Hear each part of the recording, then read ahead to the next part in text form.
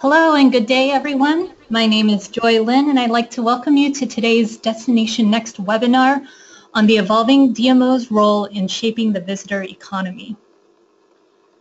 Please note that we are recording this live broadcast, and we will be sending it out along with the PowerPoint presentation within 4 business days. If you have any questions throughout the presentation, please go ahead and submit them through your GoToWebinar question box. I'll be monitoring them throughout the presentation and serve them up to our presenters at the end of the broadcast. Thanks again for joining us, and I will kick it over to Paul Ouimet, Managing Director of Destination Next, to get things started. Well, thank you, Joy, and hello, everyone. Welcome to our 5th webinar. At DMEI, we've been really impressed by the work of the Experience Institute in improving the overall visitor experience in many destinations. So we're delighted to have this great panel today with us. Let me just introduce them briefly. Andreas Munoz from the San Antonio Convention and Visitors Bureau, Carrie Kaufman with Experience Columbus, and Mickey Schaefer and Dwayne Fry from the Experience Institute. Now, they're going to be addressing 2 key questions today. How are destinations addressing the people infrastructure side of the business to improve visitor experience? And also, what standards and practices are in place to determine if you are making progress? So I'll turn it over to Mickey now to kick off the webinar. Hello, everyone. I'm glad you could join us today. I hope you had a relaxing holiday weekend, and I'm sure you're all back hitting it with your desks, hopefully not too piled up. We appreciate you being on the call today and participating. Our goal for this webinar is to give you some real-life takeaways and on how 2 destinations are working to shape and strengthen their visitor economy. But before that, we kick it over to Carrie and Andreas, Dwayne Fry and I will share some trends we're seeing, and we'll provide some background to put everything into context. First of all, there's a welcome shift underway that's making an important distinction between tourists or tourism as a person-centered concept and the visitor economy as a place-centered concept. Many people interchange these 2 words as meaning the same thing, but in reality, the visitor economy means being concerned with the whole environment, everything that visitors touch and tourist visitors and even locals in which they act. So, person-centered versus place-centered is an important distinction in what we're talking about today. The visitor economy then is about the entire destination managing the components of a quality destination experience in a long-term way. And when you look at the quality experience, if you use that to achieve the goal of everyone in the destination, they all pretty much want the same thing. When we give presentations, we show this slide and everyone seems to nod. Everyone in your community, including yourselves, want more visitors, customers, more spending, and more return intentions, of course. So when we're looking at other trends, the second trend we're seeing is in working with DMOs of all sizes is a remarkable shift in the thinking among local businesses who want to help make that overall destination experience the best it can be for today's discerning travelers. And they are very discerning, as you know, from the little kids pulling their bags down the airport jetways. It's amazing how discerning our travelers are today. So even without realizing it, these businesses have an interest in working together. It's exactly the shift that we need to see occur locally to strengthen their shared economy, meaning the shared economy of the destination. And so why are these businesses stepping forward? It's because they're seeing, as do savvy DMOs, all of you, that the consumer's now in charge. Not only can visitors share their experiences, they are rapidly adopting and even demanding anything that meets their needs and expectations. All we have to do is look at Uber and Airbnb to see some concrete examples of how consumers are now in the driver's seat. And when you think of disruptive innovation, it seems now everyone having a cell phone or a computer in their hand, that disruptive innovation is being adopted even quicker by consumers because they want it, they need it, and they're going to take advantage of it. So in this age of consumerism, the visitor experience is the next competitive battleground, and destinations will surely gain a competitive advantage if they focus on what we call their total visitor experience. This means a commitment toward working together in new ways to impact what visitors experience during their entire visit, which starts sometimes even before they arrive. Dwayne has some interesting insight from his perspective. He's had extensive consumer research background, so he's going to keep going with what we're seeing as trends. Dwayne?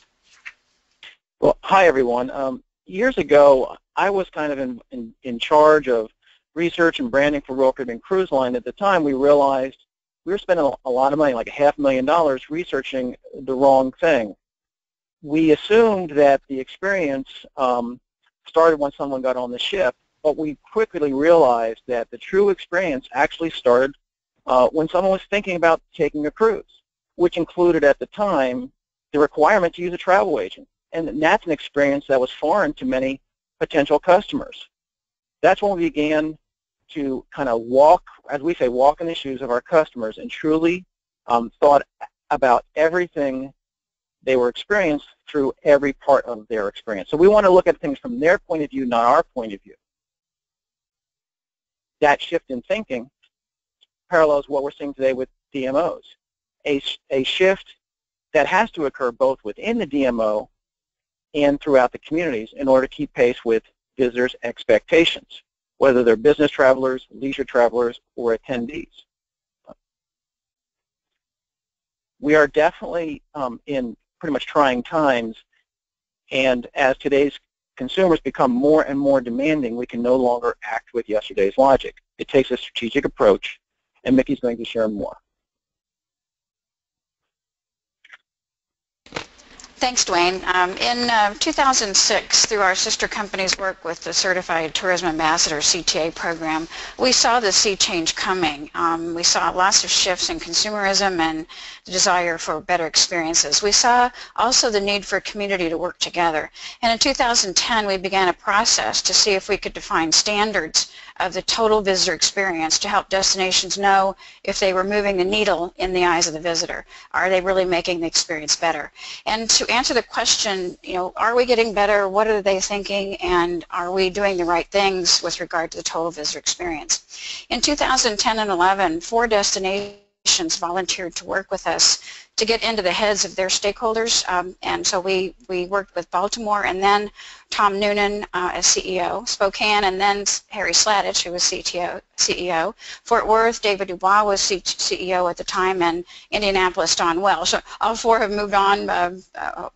Pretty interesting to see that, but all of them were interested in what we were doing, and can we define the research? Can we define standards? Through the focus groups and one-on-one phone calls, we asked all of those 4 city stakeholders, if you were measuring the total visitor experience, what should be measured? After over 1,100 hours of stakeholder input and extensive leisure traveler research, we saw tremendous similarities in what the 4 destinations wanted and needed to measure. It was that point that we realized that standardization was possible. So over 2,000 hours went into it. We defined the standards, and we really looked at everything we had. And Dwayne's going to describe the standards a little bit more, and then Andreas and Carrie will put it into reality for you.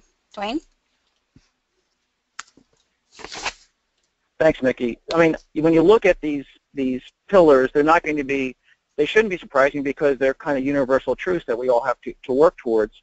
And the criteria for consumer-driven standards and best practice are based upon these 7 strategic commitments or pillars that define effectiveness at the destination's core. Namely, we're talking about destination-wide alignment, visitor data, your brand image, the decision to visit and return, which we basically later said we had to separate them into the decision to visit and then also the decision to return, quality destination product, what the people experience, welcoming citizenry and people, and effective marketing. These 7 core areas are matched with what most DMOs were doing, but we realized that something was missing. These strategic pillars need to be crossed with what we understood as a visitor pathway or ideal visitor experience, which parallels the earlier cruise line example I gave. The destination visit starts long before they step place into your city. And the DMOs need to think more about the holistic view of what a visitor experience, which we call the visitor pathway. In a closer look, the visitor pathway is a linear journey. And you got to think about this where it's a linear journey, but the consumer can opt out anywhere along the line. They do not have to continue down the pathway. So the first part of the journey is a distinct image. From a consumer's point of view, it's, I know what this place is about. Second thing, it's relevant. It appeals to me. Is there a singular message? Everything I read supports this image. Is it easy booking? Can I basically book where I'm looking for information? Is it a seamless experience when I get there? Is it easy to find my way around? Is it friendly and are there friendly and helpful people? In terms of meeting expectations, my trip was better than I expected. And lastly, is it worth recommending? I've got to tell my friends about this place. So with those pillars in place and the pathway, we combine them into standards and best practices. This structure helps destinations look at everything through the lens of the visitors. You know, most DMOs really stop with the 7 pillars, and they look at them truly as discrete elements. But as we have seen now, with the shift in consumerism, paying attention to and measuring the visitor pathway, what visitors are experiencing in a holistic way is what's most critical. Using standards and meaningful metrics to strengthen your visitor economy. Or to put it another way, if you can't measure it, you can't manage it. So with that background in mind, how do you put this into action? Carrie and Andres will talk to you about some real-life examples of what they're doing in Columbus and San Antonio. Carrie?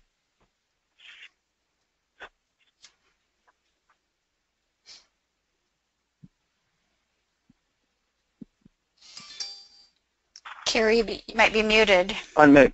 Yeah, she's probably muted. I'm sorry. Thanks, Dwayne. Sorry, everybody on the call.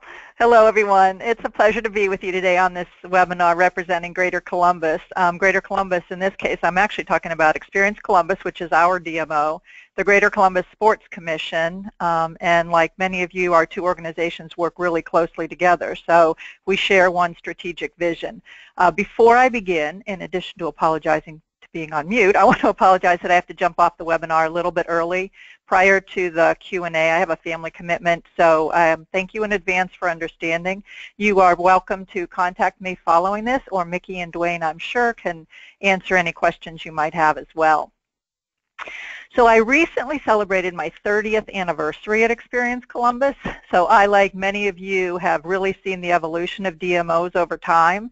DMOs, we all focus on image and branding, and then social media came into our workplace, and now the next great focus for us is the total visitor experience, which we see as the next evolution to keep pace with today's ever-demanding consumer that you heard from Mickey and Dwayne earlier.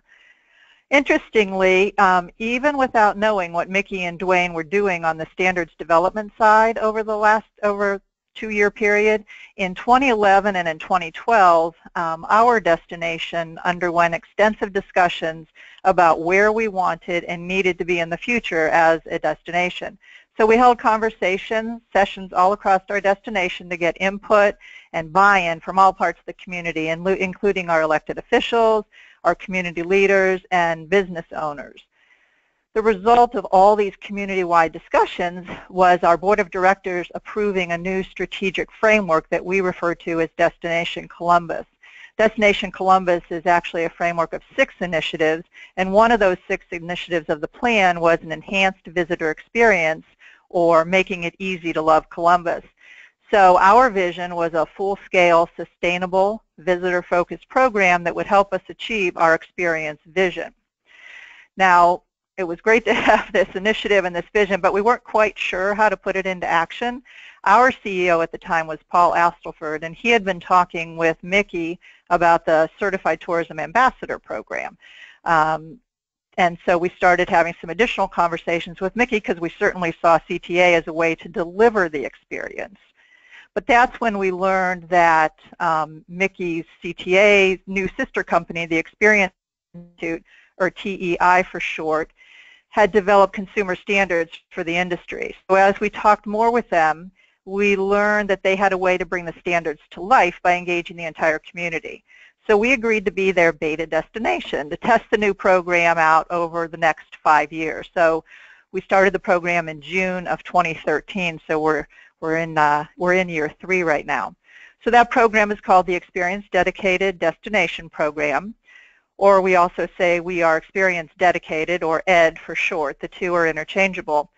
But once more destinations come on board, we hope that visitors will look for this ED logo as a symbol that the entire destination is working together to make their experience the best it can be. That's the vision that San Antonio and us and other ED cities share. So our new CEO, Brian Ross, came on board in 2013, and we made the decision to launch both the ED program and the CTA program simultaneously. We saw them as two tangible programs that would help our community work together on both delivering the experience, but probably even more importantly, measuring and shaping the experience. So fast forward in October, we'll have 3 years of metrics that'll show us how we're doing against those consumer standards. Now today we have over 2,000 CTAs that are certified, from the front line even to our previous mayor, and they all understand the importance of working together to grow our visitor economy. And now we're working on scheduling our new mayor to become a CTA. We look at ED as a framework for continuous improvement to the visitor experience, exactly where the focus should be in today's consumer world. It helps us as a community focus where our points of pain are for visitors. In simple terms, I guess, ED uses the consumer-driven standards to define the measures and the metrics and let us know how we're doing. More importantly, what we should be taking action on to improve the experience for the visitors. So anyone can do research. It's what you do with the results of that research. It's the action that we believe are most important, and quite frankly where the heavy lifting comes in. So this systems platform is set up to collect the data from visitors, but also from local residents, from business owners, and then even from our DMO, Experience Columbus, on what we're seeing as it relates to the visitor experience. So the visitor surveys are mobile-based and ongoing with searchable narrative comments. So over 2 years, we have 24,000 visitor surveys that have been completed. And best of all, we now have thousands of narrative comments from visitors. So an example I would give that was great to have all these narratives was our mayor at one point asked Experience Columbus for visitor comments or complaints regarding panhandling. A lot of his constituents were talking about panhandling in our downtown and in some of our districts, and so we were able to share those comments with the mayor and his staff, and that was to really have feedback from visitors instead of just anecdotal information was really impressive to them. So to get these surveys completed, local businesses use this signage, and they train their teams to ask visitors to take this 1-minute survey. 6 questions, 1-minute survey. But please don't take the survey because it is live and it would skew our results. So talk to Mickey about figuring out the questions of the survey. So our office also coordinates teams, intercept survey teams at festivals, sporting events, the airport, the convention center.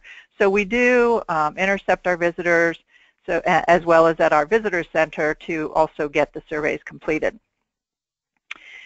And then the reports that are provided to us from Mickey and Dwayne from TEI is based on the balanced scorecard management model, which is designed to align people to the strategy. So there are 4 key areas of measurement. There's achieving a strengthened competitive position, or the financial measures. There's a zealous focus on visitors and consumers, or the consumer measures. There's excelling at processes that drive our destination strategy, or process measures, which includes measures on our destination product. And then there's equipping our people infrastructure and sustaining our ability to change and improve, or people measures, which measure how we're aligning everyone to the overall destination strategy. So these measures comprise the 18 objectives, or KPIs, that are the high-level objectives we desire to achieve, such as satisfaction with our destination experience by the visitors responding to our survey, destination image, kind of monitoring what our product gaps might be, improving and pushing for visits, and many more, much more. So to involve our stakeholders, the ED framework is structured in 6 sectors. So there's the restaurants, the lodging, attractions and activities, local government and civic organizations, facilities and venues, transportation, and each of these sectors have two co-leaders that are high levels at high level leaders within their organizations.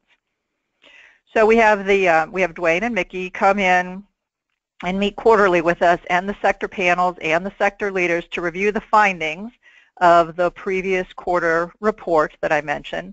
And we hold facilitated strategic conversations on certain metrics that we wish to improve upon. So these conversations are small group discussions that our stakeholders really enjoy. Often we're pulling together these people who don't normally get in the room and have strategic conversations with one another. And many of them are not on our usual committees or our boards, so we're seeing a lot of engagement from a lot of different businesses and entities across our destination. So an example of this was one sector panel session. We wanted to improve the ED metric of ease of getting around. So each of those 6 panels discussed this issue, but clearly ease of getting around is most directly related to the transportation sector. So the transportation sector kind of took charge of this conversation. So sitting in the same room, some at the same table, were representatives from Uber and Lyft and the owner of Yellow Cabs. We had our city taxi cab regulation department. We had our local city bus transportation. We had some of our entertainment districts, bike share, cars to go, our airport, and we all sat there brainstorming and then putting flip charts on the walls, saying, you know, how can we improve ease of getting around? So so following this together, the transportation sector took all of this information and all of these brainstorming ideas. They created a 2-page flyer.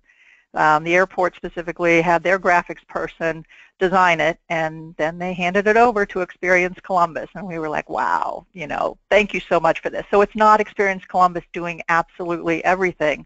It is these other sectors kind of taking charge and taking control. So this is what they came up with. It's simple in design, and now we Experience Columbus keep it updated. We print tear-off pads of it for conventions and special events and attractions and any businesses that want them to have to give to visitors. As an added bonus, it's become a member benefit and has given us a consistent transportation message. We have it posted on our website, but we can also send the PDF to our members as a best practice to have them also post it on their website.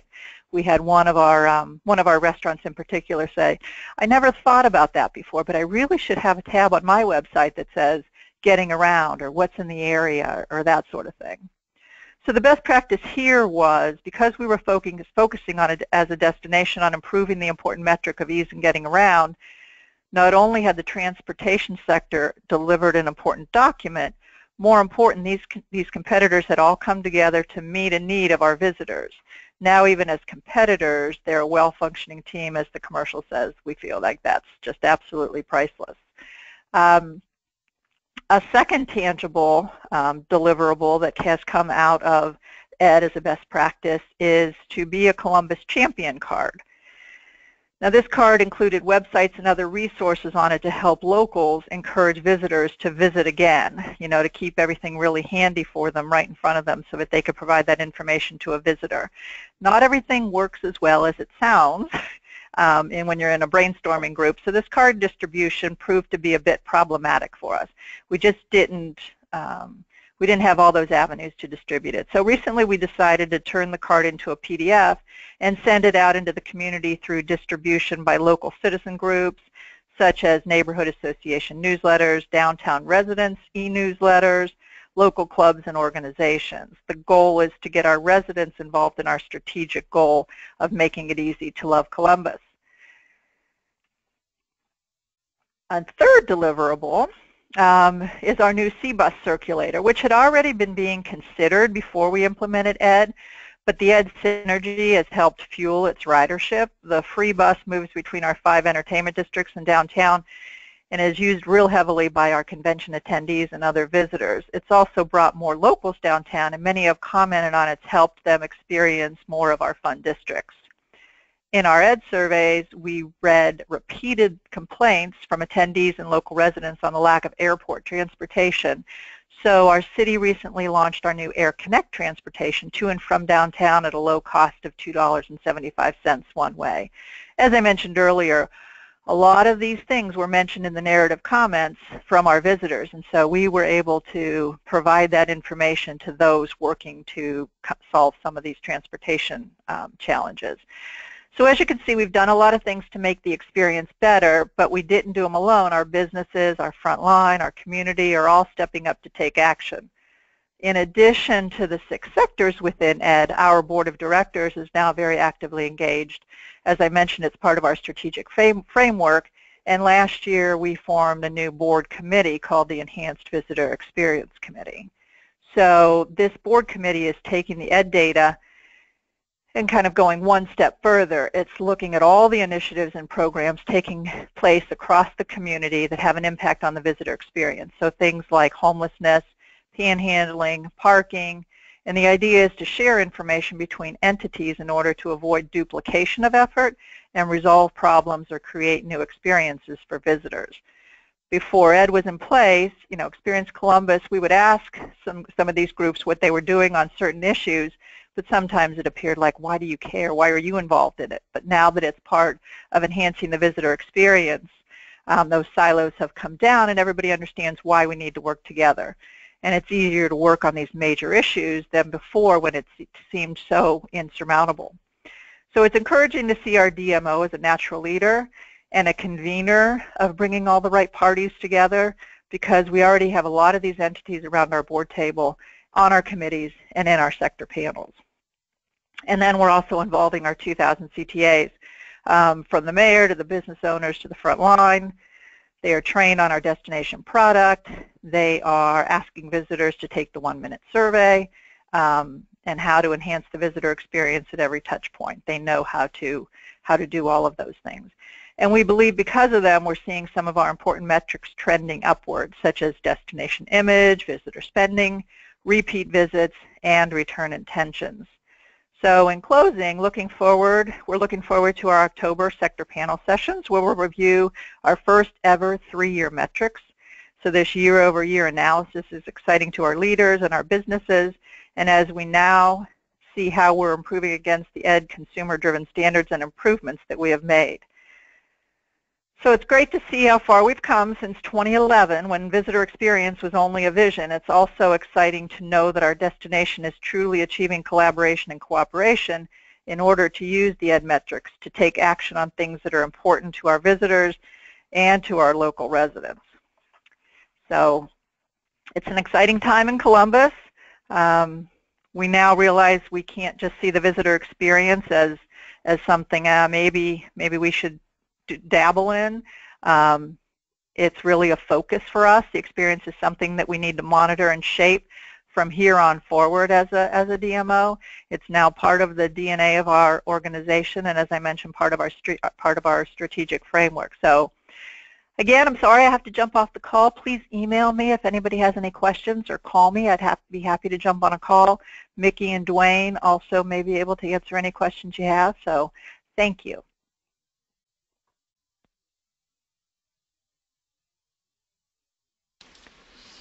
Go ahead, Andreas. Thank you, Carrie, for passing it along, and good luck in your engagements. And hello, everybody. It's a pleasure to speak with you all today. And our CEO, Cassandra Mate, as well as our senior management team and our board of directors are really excited to add a new tool to our arsenal of tools to promote tourism in our city. San Antonio today receives 32.5 million visitors every year, and the economic impact of those visitors is $13.4 billion. Anecdotally, we talk about how every San Antonian would probably have to pay close to $1,000 more in taxes if tourism wasn't around in the city. It's a fifth industry in our city. behind the military, health, and oil, which I guess it's an important message because tourism truly matters. And today is actually an important day. Today, June the 1st of 2016, it's an important day because today is actually the day in which we are going live. We're launching ED in San Antonio. And that doesn't mean that the work actually started a couple of days ago. A little bit over a year ago, we started talking about ED. And since the first day, we saw great value in what the program could bring to the city and to our marketing efforts. For all of you marketers out there, you will all understand that marketing is not only about having a good idea and spreading the word out, but marketing actually starts way back in the purchase funnel, as marketing is truly an interpretation of what our customers want and need. And that is very important because as we've gone along in promoting tourism, we have significant efforts that we've done in terms of research with consumers in our key markets to truly understand what they want and need. But in order to truly go full circle in understanding them, not only we need to understand what they want and need to hear, but also what they experience in the city, and to truly connect the dots between if what we're advertising is truly coming to life within their experience. So I guess this concept elevates the strategic importance of the experience. So we launched ED. We see a big value of it, but we knew we had a long work to do in terms of getting everybody on board. We've held several orientation sessions, including our first sector panel sessions with 6 ED sectors. We've seen over 70 people that have attended these sessions, from restaurant owners to restaurant general managers, to hotel GMs, to marketers of hotels. The transportation sector has been around, our hop on and hop off tour bus, our pedicabs, our taxis, et cetera, et cetera. They've all been joining these sessions, and they've all shared their excitement of what the ED program can bring them, not as individual business, but more as a sector, and as under the concept of if we all win, if the destination wins, all of their businesses are going to be positively affected. So they're very engaged and excited to meet quarterly, and I think these sessions are also particularly important because many of these businesses are not used to having these industry discussions, and the sector meetings have brought a new language for them, and they're starting to see the value as a result of these sessions. We're also very lucky in San Antonio that we have a robust CTA program. Today, after close to 3 or 4 years since we launched the CTA program, we have 1,900 CTAs. And CTAs are going to be a great element that is going to help facilitate ED surveys to be filled in. If only a CTA helps 1 or 2 people a month in filling up a survey, we would easily get to our goal. So we're excited of sharing other tools where the ED survey is going to come to life. At our visitor center, we already have a group of iPads that are going to be ready for people to come in, and as they come in, they'll be greeted and they'll be invited to take the survey. We are in our transportation sectors, in some buses they're giving us, some real estate. We have our Amigos, which is a program that for the ones who have been in San Antonio and have walked the Riverwalk, they might have seen some of these yellow jerseys around the street, and they're pretty much ambassadors of tourism that help day-to-day customers, and they are also going to be inviting people to take the survey and to share with us a little bit of what that experience has been.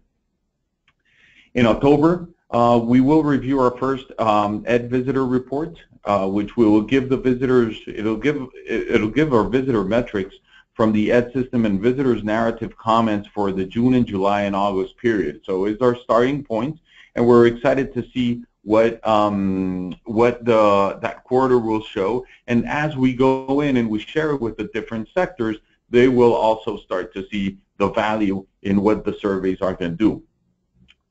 Then next July, we will also have our first annual experience report showing how we're doing in all our consumer standards. So it's exciting times. We have a lot of faith of what the program is going to do for the destination, and it's going to teach us again on how to connect the dots and what we advertise versus what the people's experience or the visitors' experience is in the city.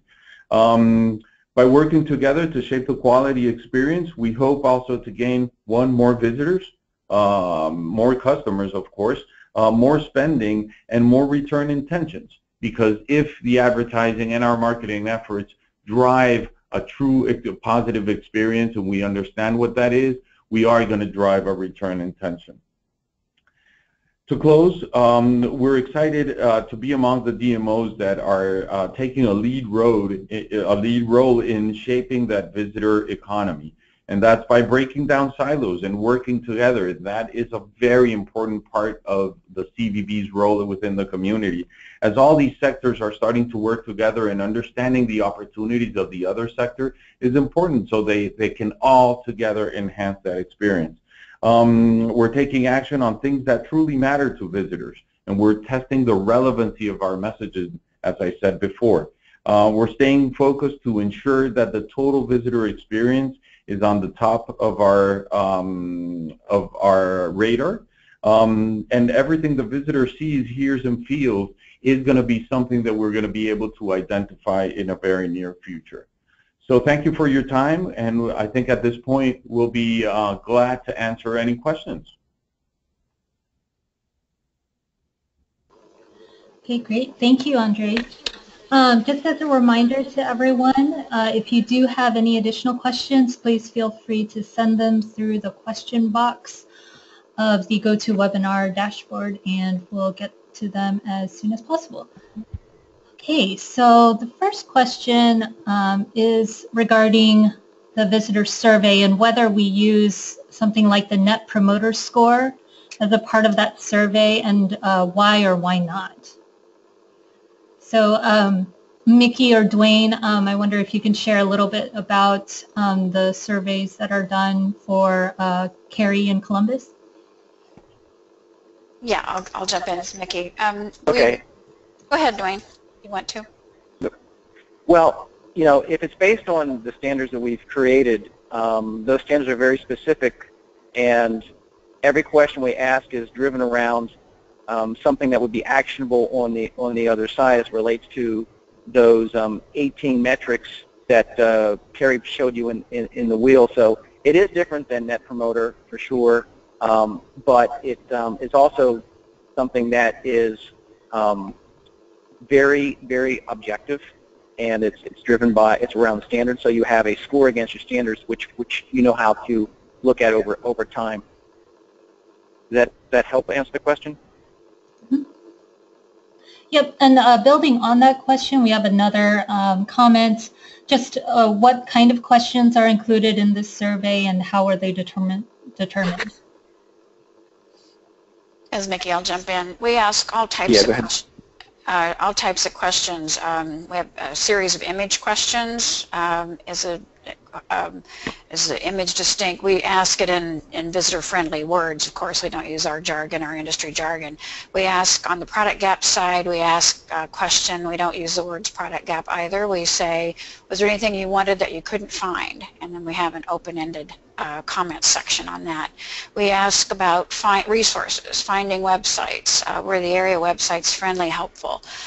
So we've taken every piece of the standards of what our early 4 cities told us should be in the standards, and we took that first and we put the measures and the questions against that to find out how can we actually use these questions to get back to the metric. So it's a whole range of questions, from satisfaction with the experience to individual satisfaction, with the sector, like restaurant sector, and for that one we say something like overall my dining experience was positive, and that's an agree scale.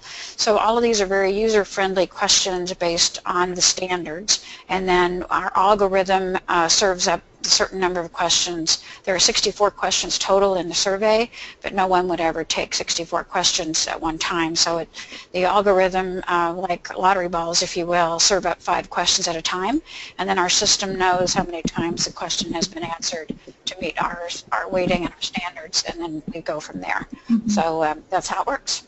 That's great. And so with regards to the metrics, I imagine that certain destinations might prioritize some over others. So is there a process by which you determine which metrics are more important to the destination in question? Dwayne, you want to cover that?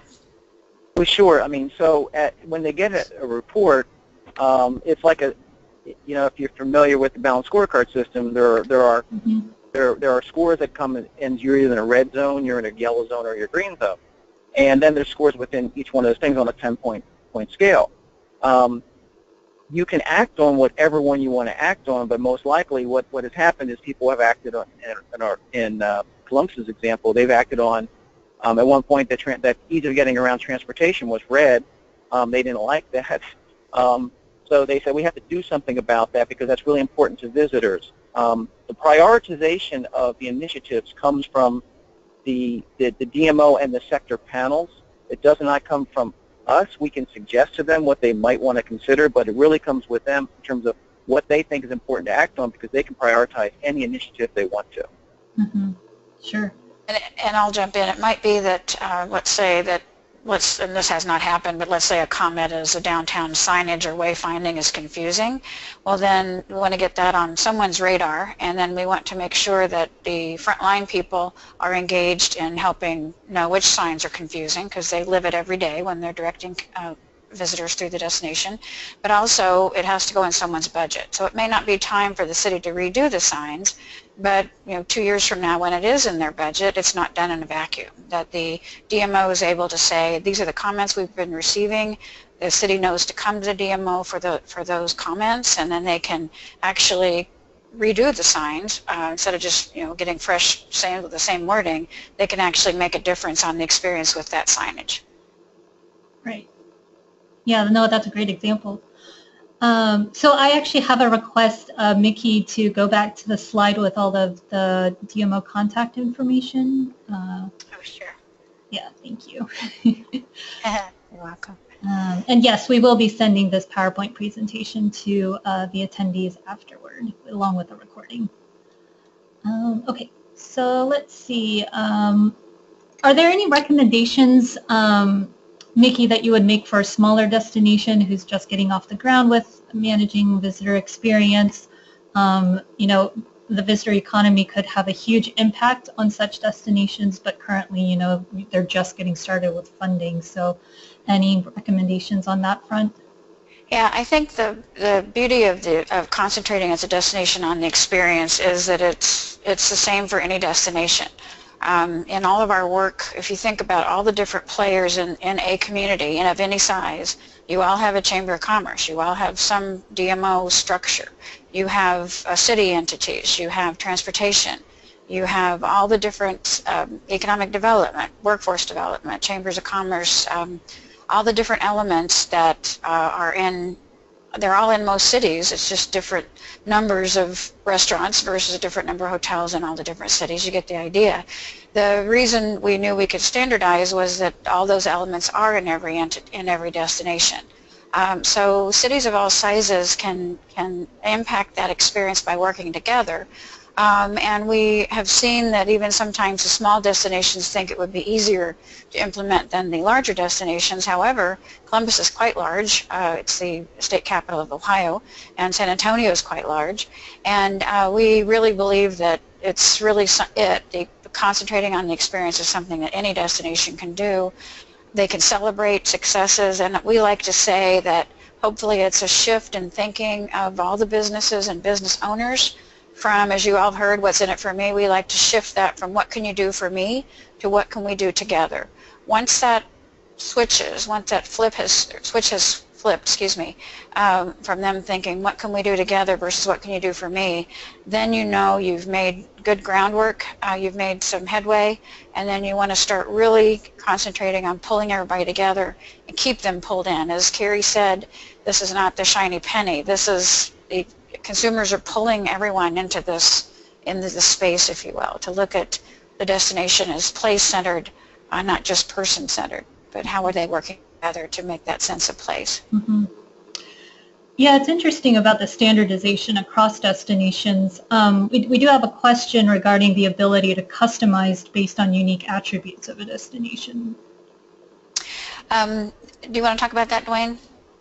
Sure. So broadly, you know, if you have unique attributes that you can do, like as is done in San Antonio, you can do all the surveys you want that have to do around certain unique, I don't know whatever those attributes happen to be, but because we even ask questions like, what kind of people is this destination right for? People who like, you know, X, Y, or Z, you know, that kind of thing. So we get down to asking the questions, but if you take them out of the standard and you start doing one-off things, then you can't compare them to a standard. So even if you skew in one direction, that's fine. You just got to know what you skew towards. So so the standard is the standard. It's not, you know, going off seeking something off to the side. Right, and maintaining consistency over the years too in what you're measuring. Absolutely. Yep. Great. Okay, so we have a question for Andres. What level of political engagement did you find were required prior to enacting such a program? Political engagement, it's a great question, and I think that we always have a lot of political engagement in most of the key decisions that are made around tourism, and that's because there's a lot of eyes around tourism. But fortunately, with this type of program, we saw a lot of positive engagement from every side. And the basics are, as I started my presentation today, we talked about the importance of research. And as we make every decision based or every decision that comes across that is going to touch our advertising efforts for tourism, the best way to go about it is to be very well informed in terms of research. And that is always going to be the one thing that everybody will align with, is if it comes from the consumer, it's understood as a truth. Therefore, the political engagement was very, very positive, as we are seeking more touch points to understand what the truth is coming from the consumer. Hope that helps. Mm-hmm. Great, thank you. Let's see. We have a lot of questions. Oh, here's an interesting one. So return intentions and more spending seems straightforward, but the metric of more visitors might come with a catch if you actually have the problem of having too many visitors and it ends up feeling crowded and diminishing the visitor experience. Have Dwayne or Mickey, have you guys ever experienced that? Or if you are looking out into the future, how would you recommend a destination like Barcelona, for example, to address it? Dwayne? A problem of too many visitors. Well, I guess there can be peak times, especially if you have special events going on in your market. I would argue that Indianapolis didn't think they had too many visitors when the Super Bowl came there or something like that. So, yeah, too many visitors is a great problem to have. I think what you have to do is recognize everyone as the community know, you got to really step it up when these people are coming to town, because that's one chance you're going to get. And I know that even in Columbus, when the Memorial Tournament's in town, people step it up because they know that this is one chance to shine. And yeah, there's a lot of people there, but I think everyone understands those issues. I don't know that there's an easy answer for that, because people are going to come for what they want to come for. And if you have a special event that makes them want to come, unless it's a seasonal thing, and it's still the same thing, like think about the national parks, right? Everyone goes to national parks when they go to the national parks. You can't you can't necessarily change consumer behavior in that regard. We even found out with the cruise lines, the highest demand for cruises in the summertime when people traditionally take vacations. That's just the way it is.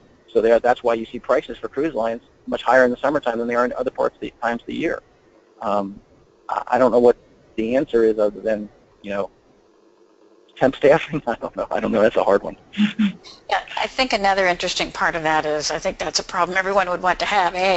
Have so many visitors you can't handle them all on an ongoing basis, not just for a festival or Super Bowl, whatever. But it's not too realistic that it'll happen overnight. It could, but the other part of it is what do the locals think of all the visitors clogging up the highways and the roadways and everything, and small communities especially that are very seasonally oriented understand that very heavily and get complaints from locals. The nice thing about what we're doing with the destinations is the community outreach piece of this, which is part of the strategic portion of it, and the people infrastructure is not only all the leaders in the community being behind the experience and the front line, but the most important part is probably the community. And if we can, through this effort and through engagement, like we talked about with what Columbus is doing with their new champion card being distributed, it's nice to be able to tell the consumer or the locals, hey, visitors are important. They're the reason you have a lot of these nice amenities. And once they realize that, then they might put up with a little bit of traffic more so than they might before. Mm-hmm. Yep, it's as much education as anything. Okay, so going back to identifying voids, if a void is identified in a specific attraction or a business area, how would this program work in order to address it? You mean avoid in what the visitor sees? Oh, I know. You're talking about probably a gap. Like they wanted this, they couldn't find it, or didn't know existed, or that sort of thing. I guess that's what we're talking about. Yep. Well, first it gets identified that there's this gap. Now, again, people wanted this, they didn't find it. The question is, can you fulfill that? Do you want to fill that? Can you fulfill that? And what would it take to fulfill that? That gap. If it's something that is not available, if it's something they didn't know about, that's a different story. But again, we just tell you what the visitors say they need or they want, and then this tool allows you to make decisions on whether what initiatives you should or should not work towards. Because, if you're targeting a certain type of visitor, and the visitor who made the comment or the visitor who made the comment isn't that type of visitor, you might not be able to fulfill that gap. So it depends on, to me it's almost a hypothetical question because I don't know what the specific thing might have been. Mm-hmm. So it becomes very difficult to answer that one. Right. It largely depends on where the gap is identified and the ability to actually make an improvement or a change quickly. But I guess to case the person was asking the question, we do not ask questions about specific businesses or specific venues or anything specific. So it will be a general gap unless we got it through the verbatim what that specific thing was. So it wouldn't necessarily be a business identifying it as having a gap, if that makes sense. Mm-hmm. Right. Okay, this question is for Andres. So we know that you are just getting started with ED, but how often do you plan to revisit or revise your metrics in the future? Well, I think that as we said during the presentation, we are meeting quarterly with the Experience Institute, as we will be able to, so in September we will be able to look at the results of June, July, and August. And when we understand those results, we will be able to at least get a gauge of where those gaps are and where we need to work. We're actually looking forward to have a full year of data to be able to understand exactly where those gaps are. And I'm sure that our opportunities are going to present themselves, and we will have that discussion at that point. Mm-hmm. Great. Let's see. We have one question regarding just vocabulary. So can you, Mickey, explain the primary difference between CTA and ED? Oh yes, CTA stands for Certified Tourism Ambassador, and ED is Experience Dedicated Destination, so Experience Dedicated for short. Okay, so CTA is more the ambassador program, and ED is larger. CTA, right. CTA is a component of ED. It's one of the measures. You know, do you have an engaging frontline, friendly frontline, knowledgeable frontline, knowledgeable of your product? But it's a CTA program, or any frontline program, doesn't have to be CTA, is a piece of the whole framework, because your frontline infrastructure. But ED is the whole. You know, if you say you're ED, then it means you're experience dedicated as a destination. You are raising your hand saying, we're going to work together as a community to really make a difference and to stay on this track, because that's where consumers are going. So that's the difference between the two. Mm-hmm.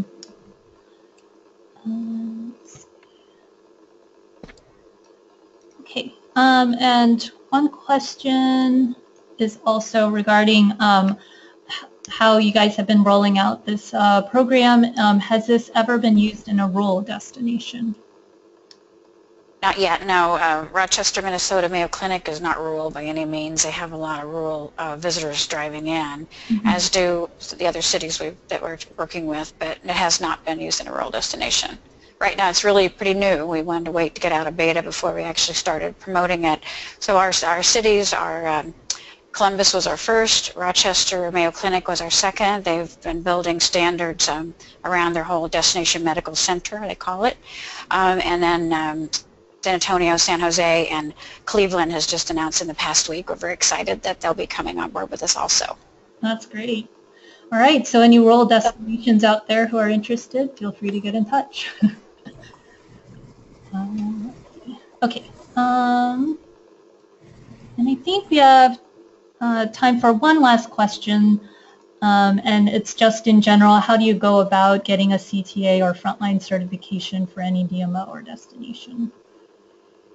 Well, you can contact us, and it's a 6-month build-out to customize the program. Very extensive product knowledge.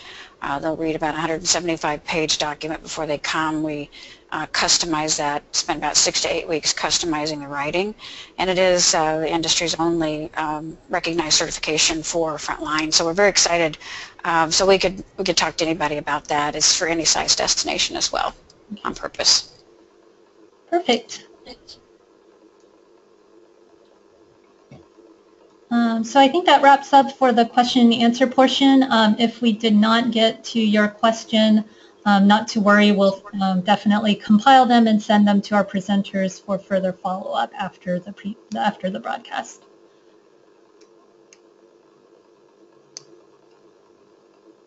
So I'm going to turn it over to Paul now to close up the presentation.